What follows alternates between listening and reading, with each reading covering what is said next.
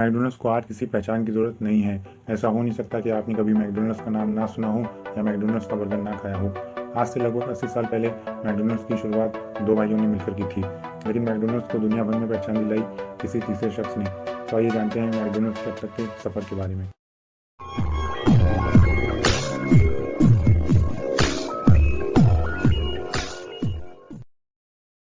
California में एक छोटे रेस्तरां में शुरू हुआ था मैकडॉनल्ड का सफ़र। इसे रिचर्ड और मॉरिक मैकडॉनल्ड नाम के भाइयों ने शुरू किया था। 1940 में मॉरिक यानी मैक और रिचर्ड्स यानी डिक मैकडॉनल्ड नाम के भाइयों ने मिलकर कैलिफोर्निया के सैन बर्नार्डिनो में एक छोटा सा रेस्तरां खोला था। इसके बाद उन्हें रे क्रॉक का साथ मिला। रे क्रॉक वही शख्स हैं जिसकी मदद से मैकडॉनल्ड को दुनिया भर में मशहूर फूड चेन के रूप में स्थापित किया गया। बर्गर के लिए मशहूर मैकडॉनल्ड आज दुनिया भर में फैला है। मैकडॉनल्ड कंपनी की सफलता का पूरा श्रेय क्रॉक को जाता है। 1955 में मैकडॉनल्ड कंपनी से जुड़ने के बाद उन्होंने कंपनी को शिखर पर पहुंचाया। रे क्रॉक की कहानी भी काफ़ी दिलचस्प है। मैकडॉनल्ड की सफलता के बारे में जानने से पहले हमें रे क्रॉक के बारे में जान लेना चाहिए। रे क्रॉक का जन्म 5 अक्टूबर 1902 को अमेरिका के इलिनॉइस राज्य में हुआ था। रे क्रॉक का बचपन संघर्ष में ही बीता। उनके पिता की कमाई खास नहीं थी। मात्र 15 साल की उम्र में वह एम्बुलेंस के ड्राइवर बन गए ताकि घर खर्च में हाथ बटा सकें। उनकी ज़िंदगी में कई उतार चढ़ाव आए, लेकिन उन्होंने कभी हिम्मत नहीं हारी और वो काम किया जिससे रुपए कमाए जा सकें। रे क्रॉक ने अपनी ज़िंदगी में कई नौकरियां की। उन्होंने पेपर बेचा, वे डीजे भी बने। इतना ही नहीं, रेस्तरां में साफ सफाई का काम भी किया। ये सब काम करने के बाद वे मिल्क शेक मिक्सर बेचने वाले सेल्समैन बने। सेल्समैन की नौकरी उन्होंने लगभग 17 साल तक की। वे अलग अलग होटल्स और रेस्तरां में जाकर मिल्क शेक मिक्सर बेचते थे।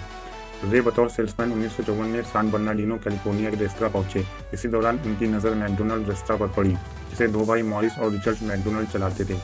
वे रेस्तरां में कस्टमर्स की लाइन देखकर हैरान रह गए, क्योंकि उन्होंने अपनी 17 साल की सेल्समैन की नौकरी में किसी भी रेस्तरां में इतनी भीड़ पहले कभी नहीं देखी थी। उन्होंने देखा कि कैसे लोग लंबी कतारों में खड़े होकर हैमबर्गर और फ्रेंच फ्राइज खरीद रहे हैं।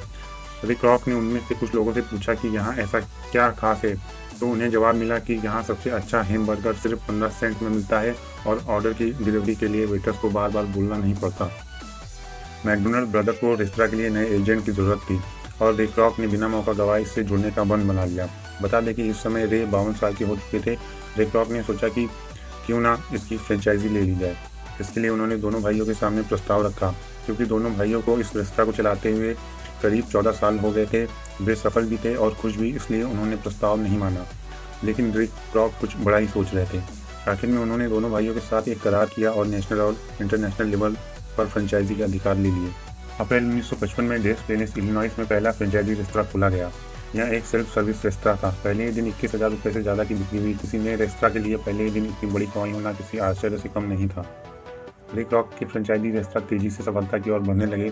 1958 तक मैकडॉनल्ड ने 100 मिलियन हैमबर्गर बेचने का रिकॉर्ड बनाया। मैकडॉनल्ड की सफलता को देखते हुए रे क्रॉक ने दोनों भाइयों से और भी शहरों में इसके रेस्तरां खोलने के लिए कहा, लेकिन दोनों भाइयों ने यह कहकर मना कर दिया कि हमारे पास जितने पैसे हैं हमारे लिए काफ़ी हैं, हमें और काम नहीं करना। अगर तुम्हें इसे और बढ़ाना है तो क्यों ना तुम इसे हमसे खरीद लो। रे क्रॉक को मैकडॉनल्ड में अपना सुनहरा भविष्य दिखाई दे रहा था और इसलिए उन्होंने कुछ सालों तक पैसा इकट्ठा करने के बाद 1961 में कंपनी को $2.7 मिलियन और हर साल फायदे का 1.9% रॉयल्टी देकर मैकडॉनल्ड को खरीद लिया।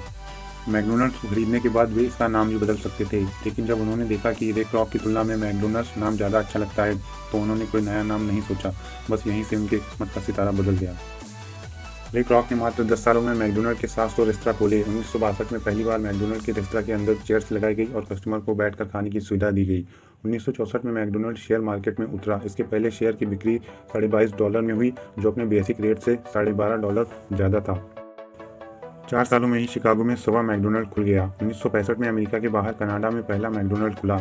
मैकडॉनल्ड इतनी तेज़ी से आगे बढ़ा कि 1994 तक दुनिया के 89 देशों में 15,000 मैकडॉनल्ड रेस्तरां खोले गए। 1996 में भारत दुनिया का 95वां देश था जहां मैकडॉनल्ड पहुंचा। आज दुनिया के 122 देशों में 31,000 से ज़्यादा counter service, walk and drive through service के इंडोर और आउटडोर सीटिंग वाले मैकडॉनल्ड रेस्तरां हैं।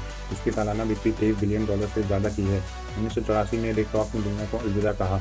84 साल की उम्र में से 52 साल तक वे एक सेल्समैन थे और बचे हुए 30 साल भी दुनिया की सबसे बड़ी रेस्तरां चेन के मालिक रहे। आज भी मैकडॉनल्ड दुनिया की सबसे बड़ी रेस्तरां चेन है। दोस्तों, अगर आपको ये वीडियो अच्छा लगा हो तो इस वीडियो को लाइक और शेयर कीजिए और हमारे चैनल को सब्सक्राइब कीजिए। अगर आपके पास हमारे लिए कोई राय या सुझाव है तो नीचे कमेंट बॉक्स में ज़रूर लिखें। अगली वीडियो में हम जानेंगे किसी और नए ब्रांड के बारे में।